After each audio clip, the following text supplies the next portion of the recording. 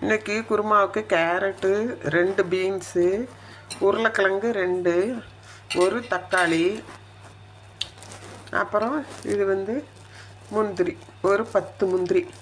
இதெல்லாம் ஒரு 5 மினிட்ஸ் நல்லா ஃபுல் ஃப்ளேமில் வேக வச்சு எடுத்துருக்குது. இனி தக்காளி கேஷோ மிக்சியில் போட்டு அடிக்கணும்.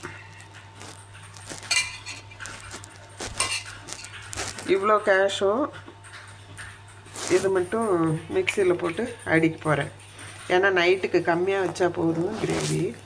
இது பாருங்கள், இது முழு முந்திரியாகவே போட்டு நல்லா உருளைக்கிழங்க பிசைஞ்சு விட்டு சும்மா கொஞ்சமாக கேரட் இருக்கா, பீன்ஸு போதும். நைட்டில் ஒரு 2 பேர் கலவா, அதனால் இப்படி செஞ்சுருக்கேன். இது போல் நீங்களும் ட்ரை பண்ணுங்கள். ஏன்னா உருளைக்கிழங்கு வேக லேட் ஆகும், இது வேக லேட் ஆகும். ஆனால்